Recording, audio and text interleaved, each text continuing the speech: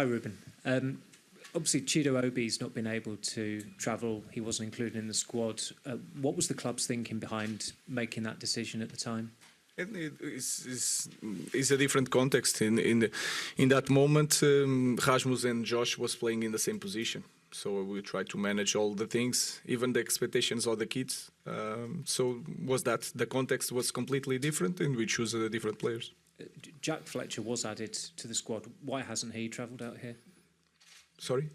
Jack Fletcher, I believe he was added. He didn't train with us, and he had a game before Fulham. We want some imagine Amas is today. Is here today. In the last game against Fulham, we want Amas also, but because he played all the game against Arsenal, he was not in our squad. We try to manage all the teams there and try to imagine the substitutions. And we know to bring some players is a big step, and we are taking care of the expectation of the kids. Thank you. Hi Ruben, it is quite a small squad and a relatively inexperienced squad in some parts. How much of a challenge is that for you, given how important the game is? But we have a lot of experience, and Matthijs is a young player, but he has a lot of experience, and we are ready because the good thing to play in Premier League, we are ready for everything. So it's a big challenge. We are going to face a very good team, really intense, with a lot of experience, international players. But we are ready because we face that teams every weekend. Rob. Hi Ruben, can I just ask about the two injured players, Harry Maguire and Manu Ugarte? Are they long problems, or they're not going to be out? Small things. So we are being careful with because in this moment we cannot allow us to lose more players for a long time. So we are taking care of them in Carrington, and they cannot play this game because it will be a great risk. Dave. Hi Ruben, I think you said in your Sky interview yesterday, or whenever you did it, that you're building something bigger here than just winning a cup this season.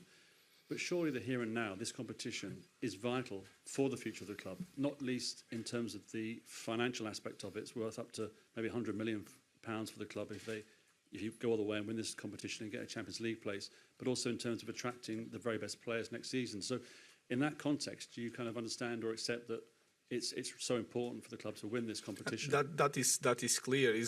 I think it's not the crucial thing for the future of the club. That is my view, and I'm here for 3 months, and I think that is clear. But I understand is a massive difference in our season, especially because we are out of the cups, in the bad position in the league. That could change a lot of things, even the way they see the coach. So I know that is a massive pressure. But I will say it again: Manchester United can have that can call all the best players even without Champions League in the future. We have to change a lot of things, and we're trying to do that. So I think that there is more important things than win cups in this moment. That is my feeling. But I understand that winning Europa League can change everything for us in the next season. Laurie.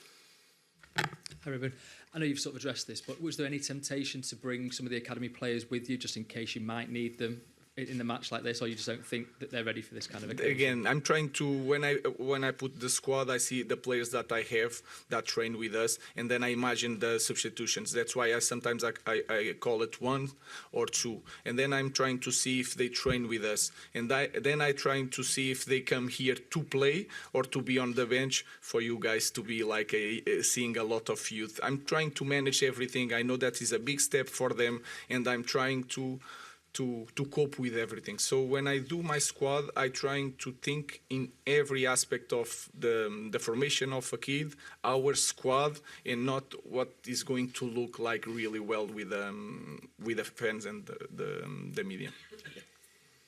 Hi Ruben, I just wonder, for the likes of Josh, Rasmus and Alejandro, what needs to happen either for them or the team to really unlock them in terms of that goal scoring and to get them, you know, in better opportunities? Sometimes there are things that is hard to explain. Before, for example, before the last match, we had some games without opportunities and create chances, and that is impossible for them to score. So it's a team thing. But I felt like in the last game sometimes it's a luck. The way we kick the ball a little bit a meter more inside, we had opportunities to score. we didn't score. Sometimes it's really that's it.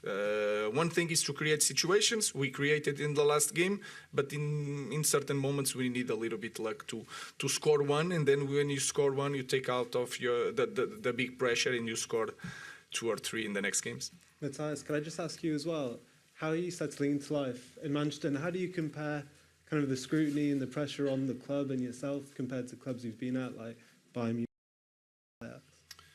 Yeah, I think I'm settling in really well. I obviously have been here now, what is it, maybe 6-7 months also. I think we have a really nice team, really nice group. Obviously the season until now is not what we expected. So yeah, with that comes a lot of pressure, a lot of criticism, what is normal in football, I think. And yeah, for me it's not different because I've been in clubs where you have to win the title every year. So that's not something different than before, but obviously being in the place where we are in the Premier League is quite different. But yeah, you have to keep going, you have to work hard and as a team improve, and then hopefully the results will come. James. Matthijs, just following on from that, obviously you've come in at a time where it's probably been the most turbulent season the club have had in the Premier League era. Has it been a bit of a shock to the system for you at times, having to cope with what the team's been through? I wouldn't call it a shock. What I said, obviously, you would have expected it a little bit better, the way it is at the moment. But yeah, it's the Premier League where you're playing in. And the Premier League is, you can't be at 99% of the day because then you lose games against the teams that are in the Premier League. So obviously, into this season, in a lot of games, we haven't been good enough. So we know that. We try to improve as a team, try to improve as an individual, what also is really important, I think. And then in the end, it has also sometimes a little bit to do with luck also, I think. But we all know that we have to improve and to become better. But I'm now talking about the Premier League. But I think tomorrow is another chance to show our worth in a European competition. Until now, we haven't lost a game, so hopefully we can keep it that way and get a good result. Martin. Yeah, hi Matthijs. Just on that same topic, after Sunday, this looks like your best chance of being back in Europe next season.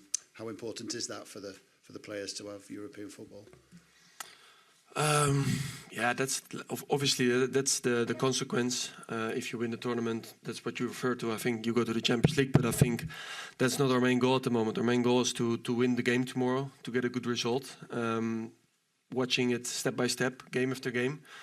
The Europa League is not a tournament where you can win without effort. So we know we have to fight tomorrow to put everything on the line to win the game, and that's our first concern for tomorrow. So we will be ready and hopefully get a good result tomorrow. Okay, last two, Chris and Pete. Chris. Yes, hi Ruben. In talking about the club's longer term goals these past few days, you've twice mentioned that you might not be part of it. Do you still have the self-belief that you can see this job through and turn the club around in the way that you hope? Yes, what I mean is that we have to think as a club as a long project and not just solve things in this moment and try to. If you win the cup, we are in the bad position. If we won the Europa League, we'll be in amazing position in the next year because the problems continue here, even with the Champions League. So that's what I want to say, and I know that you guys make counts of my rescission, and so I'm just trying to show that I don't care, and I'm really confident on the big goal of this club. That's all. I'm trying to show the big picture to our supporters. That's all. And you're confident in yourself that you can be the man to turn this. That is clear. That is clear. I know what to do, but sometimes this is a result. It's a life of results, and you have to win games. So I know the consequences when we don't win games, but I'm really confident. Since day one, a little bit more frustrated, but I'm still confident. Last question, Pete. Hi, Ruben. Even with results going the way they have been, are you still fully in with keeping the faith with your system? Because you've kept that all the way through. You've not changed it up. You've stuck with your philosophy, your way of football. Are you happy to stick with that? And do you feel that the players are becoming accustomed to it now? I think it's quite simple. I think we talk about the system. I think the system is not the problem. It's the way of playing. You build up with three. You can build up with three with two defenders and one midfielder going down. So it's quite simple. I don't see the football like that. The problem of our team is not the system. We have a lot of problems. We are trying to work on these problems. Of course, every system needs different characteristics, but I was always really clear, and I have one idea. I'm still really confident because I have an idea how to play football. I will not change that, no matter what. I will not change that. And I'm not talking about the system. It's the way I see football. I will not change that. And we are going to do it. Or not, we'll see. Thank you very much. Thank you.